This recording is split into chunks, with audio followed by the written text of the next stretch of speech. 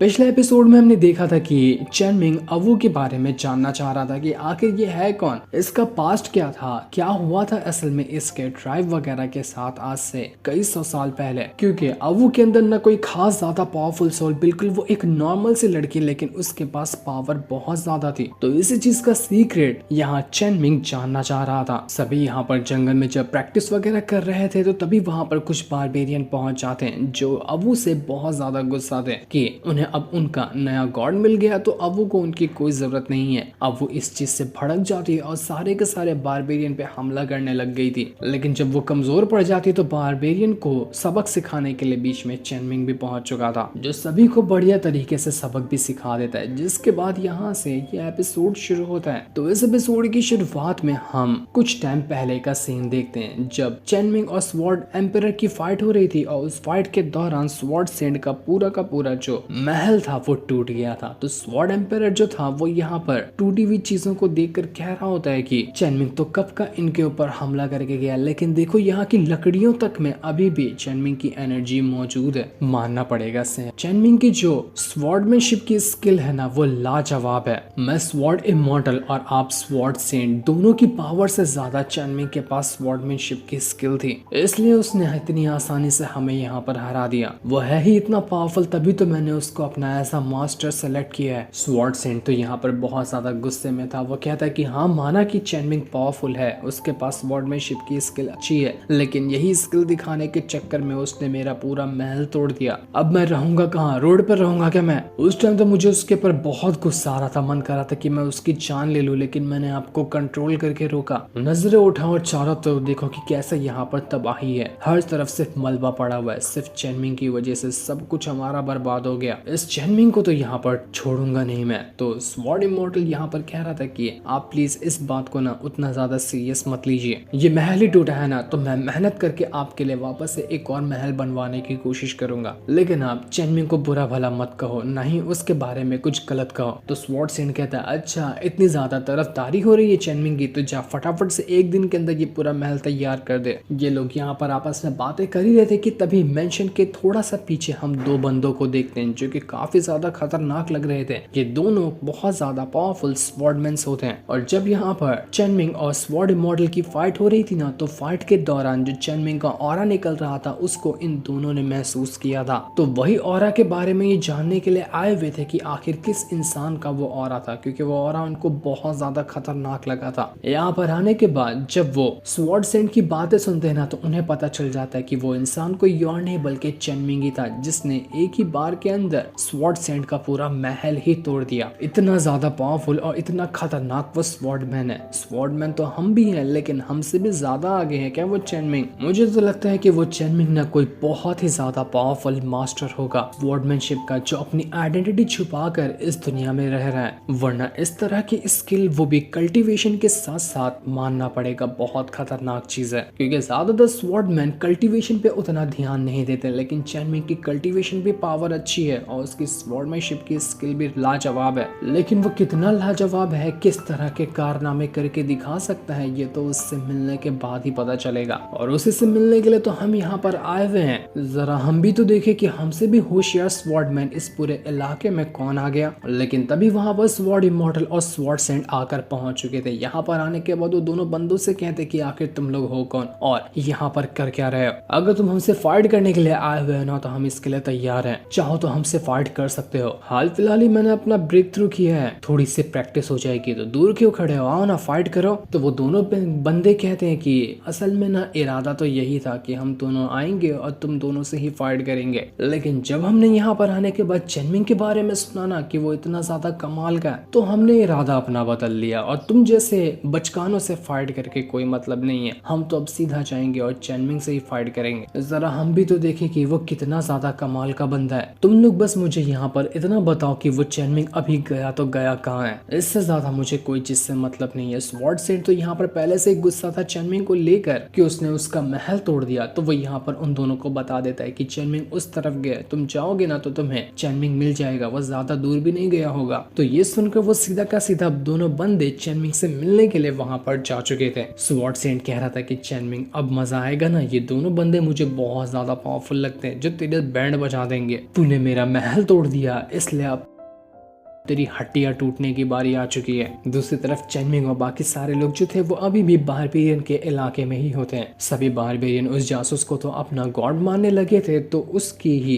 दोस्त समझकर बाकी सारे लोगों को भी रिस्पेक्ट देना शुरू कर देते हैं। सभी अच्छा अच्छा खाना बारबेरियन वगैरह चेनमिंग और उसके दोस्तों के लिए लेकर आते हैं, लेकिन सारा खाना सब्जियों से बना हुआ था। जासूस और बाकी लोग कहते कि अबे तुम बारबेरियन जंगल में रहते हो और तुम वेजिटेरियन कैसे बन गए? अबे जंगल में तो सिर्फ खाने को जानवर वगैरह ही मिलते हैं ना, तो उसमें भी तुम वेजिटेरियन हो? तो वो बारबेरियन बंदा कहता है कि हाँ हम तो वेजिटेरियन ही है, क्योंकि वेजिटेरियन होने से ना हड्डियों में जान आती है। हम बड़े अनोखे बारबेरियन हैं जो यहाँ पर होने के बाद भी वेजिटेरियन खाना पसंद करते हैं, तभी तो हमारे अंदर इतनी ज्यादा ताकत है। चेनमिंग जब यहाँ पर उस खाने को अच्छे से देखता है तो उसके अंदर से स्मेल तो अजीब सी आ रही थी, लेकिन वो ये चीज देखकर हैरान रह जाता है कि खाना तो बड़ा नॉर्मल सा दिख रहा है, लेकिन अंदर से स्पिरिचुअल एनर्जी बहुत ज्यादा आ रही है। आखिर क्या डालकर इन्होंने ये खाना बनाया होगा? बड़ा ही मिस्टीरियस खाना लग रहा है ये। कियान भी उस खाने को देखकर हैरान थी। वो कहते हैं कि कहीं इस खाने के अंदर जहर तो नहीं डाल दिया ना इन लोगों ने? थोड़ा संभल कर और सोच समझ कर इसको खाना। चेनमिंग जैसे ही पावर की मदद से उस खाने को चेक कर रहा था, तभी डिवाइन ट्रेजर जो था वो यहाँ पर चेनमिंग को एक मिशन दे देता है, जिस मिशन के मुताबिक चेनमिंग को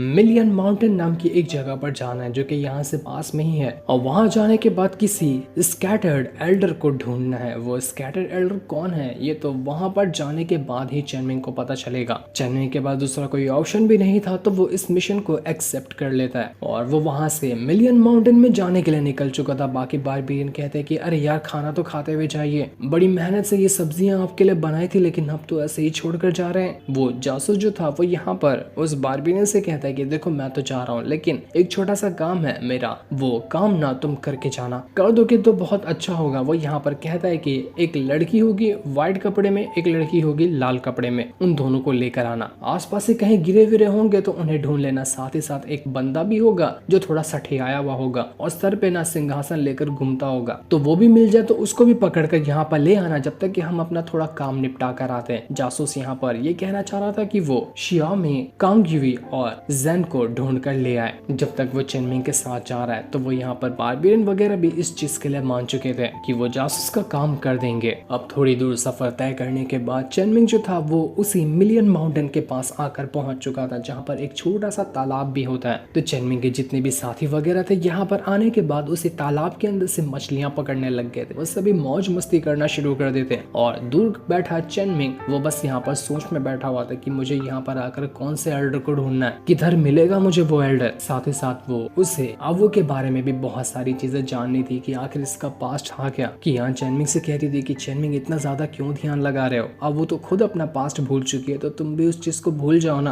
तुम हर चीजों के बारे में थोड़ी ना जान सकते हो। तो चेनमिंग कहते हैं कि तुम्हें पता है मुझे किस चीज से नफरत है, कि अगर मैं कोई काम में अपना मन लगा लूं और वो काम पूरा ना होना तो मेरे दिमाग में आग लग जाती है। तो मुझे मन है कि यहाँ पर मैं इस अवो के बारे में अच्छे से जानूं, तो मैं जान कर ही रहूंगा। वो जैसे ही कियान की तरफ देखता है वो उसको देखता ही रह जाता है, क्योंकि कियान जो थी वो यहाँ पर तालाब के अंदर नहाने के लिए जा रही थी और उसने स्विम सूट पहन लिए होते हैं, जिसमें वो बहुत ही ज्यादा सुंदर लग रही थी। चेनमिंग की तो नजरें नहीं हटती उससे। कियान कहती कि ऐसे क्या देख रहे हो, मैं जोकर दिख रही हूँ क्या? मैं तो जा रही थी इस तालाब के अंदर नहाने के लिए, तुम भी आना चाहो तो आ सकते हो, चलो नहाएंगे अंदर। लेकिन बेचारी जैसे ही नहाने की कोशिश करती है उसको तैरना ही नहीं आ रहा था, तो वो एक ही जगह पर अटक कर उछलने लग जाती है। चेनमिंग के सारे साथी यहाँ पर आपस में मस्ती मजाक कर रहे थे, जिन्हें इस तरह से मस्ती मजाक करते हुए देखकर चेनमिंग को भी बहुत अच्छा लगता है कि चलो सब के सब यहाँ पर खुश तो हैं। ऐसे ये लोग हमेशा खुश रहे तो कितनी अच्छी बात होगी। कि यहाँ जो थी वो चेनमिंग को बुलाने की कोशिश कर रही थी कि चेनमिंग आओ ना, बहुत मजा आ रहा है तालाब के अंदर, तुम भी आ जाओ और इस मजे को एंजॉय करो, क्योंकि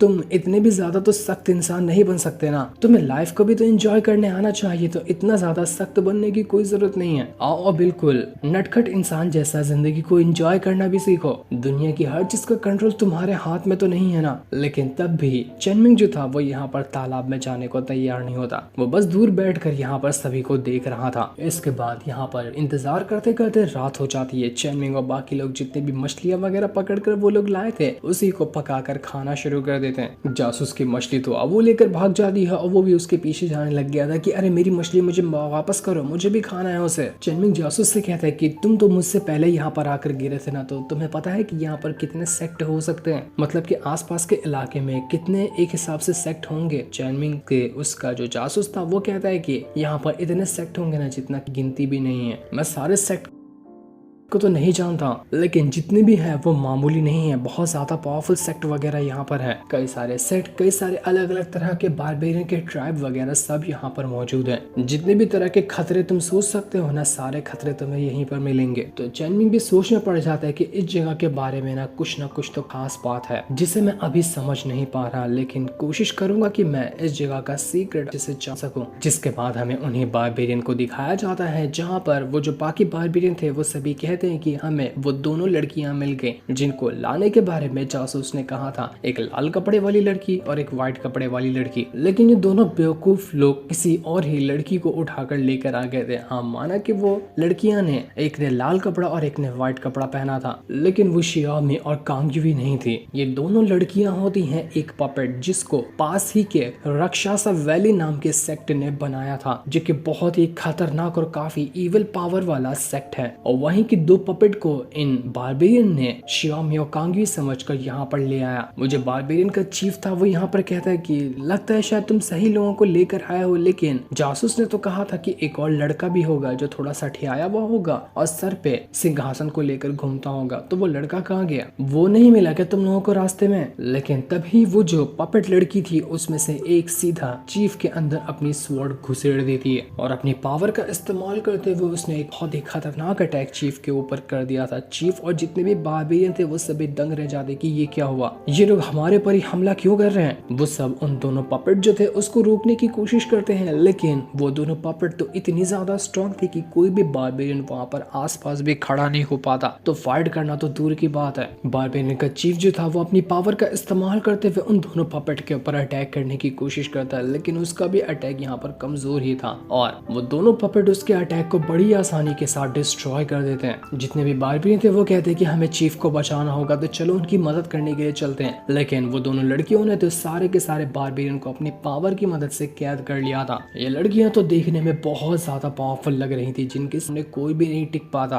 वो चीफ अपनी पावर का इस्तेमाल करते हुए उनसे लड़ने की कोशिश कर रहा था और उनसे कह रहा था कि आखिर तुम लोग हो कौन और हमें यहाँ पर मारना क्यों चाहते हो, हमने तुम लोगों को क्या बिगाड़ा जो तुम हमारी जान ले रहे हो। लेकिन तब भी वो लड़कियां तो कुछ सुनने को तैयार ही नहीं थी। उनके पास भी कई सारे तालिस्मान होते हैं जैसा कि चैनमिंग के पास थे, और उसी तालिस्मान का इस्तेमाल करते हुए वो सभी के ऊपर हमला कर रही थी। चीफ बेचारा अकेले यहाँ पर उनको टक्कर दे रहा था, लेकिन वो टक्कर भी आसपास की नहीं लग रही थी। और तब एक स्वॉर्ड सीधा का सीधा उस चीफ के सीने के आर पार जाकर हो जाती है, जिस वजह से चीफ की हालत बुरी तरह से खराब हो चुकी थी। वो पपेट से कहता कि अब तो बता दो कि तुम लोग हो कौन और तुमने हमें मारने की कोशिश क्यों की, हम बारबेरियंस ने तुम लोगों का क्या बिगाड़ा था। तो वो लड़कियां ज्यादा कुछ यहाँ पर बताती तो नहीं, सिर्फ इतना कहती कि हमें हमारे मास्टर से ऑर्डर मिला कि पर आसपास जितने भी सेक्ट है ना सबको खत्म कर दिया जाए और एक भी इंसान को जिंदा ना छोड़ा जाए, इसलिए हम सबको मार देंगे जो भी हमारे रास्ते में आएगा। इसके बाद वो दोनों मिलकर जितने भी बारबेरियन थे सबको मौत के घाट उतार देते हैं और उनको मारने के बाद वो लोग कहते कि हमारा यहाँ का काम पूरा हो गया, अब हम यहाँ से जा रहे हैं। इतना कहने के बाद वो दोनों तो वहां से जा चुके थे, लेकिन इन्होंने इन सारे बेचारे बारबेरियन को क्यों मार दिया ये चीज तो अभी हमें यहाँ पर नहीं बताई जाती। जो सीन दिखाते ही ये एपिसोड यहीं पर एंड हो जाता है।